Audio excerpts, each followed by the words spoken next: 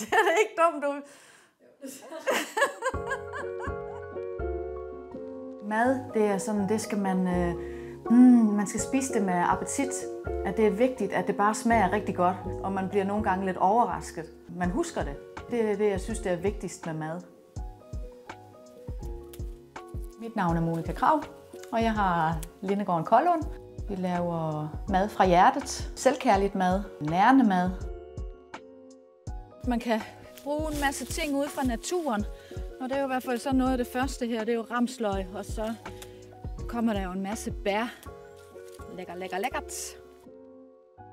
Inspireret fra rejser, Vietnam og Bali og Sydøsteuropa, hvor de sådan hele tiden tænker, at det er ikke sådan, at det er pænt mad, men at det smager godt, men også at det er nærende og sundt mad.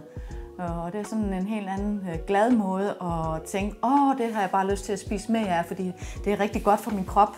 Det synes jeg bare er fedt at spise og tænke sådan. Det hedder pizza, bowl og tapas. Det er pizza lavet på surdej. Først så smager det mere, men så er der heller ikke så højt et glutenindhold i dejen.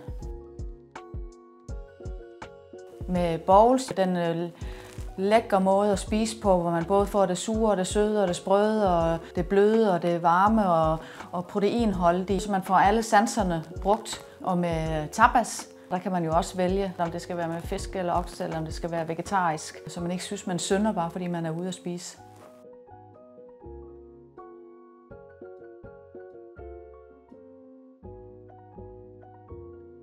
Jeg håber da på, at det kommer til at vrimle med mennesker her, og man har et lille lokalt sted, hvor man kan mødes og lige hygge sig.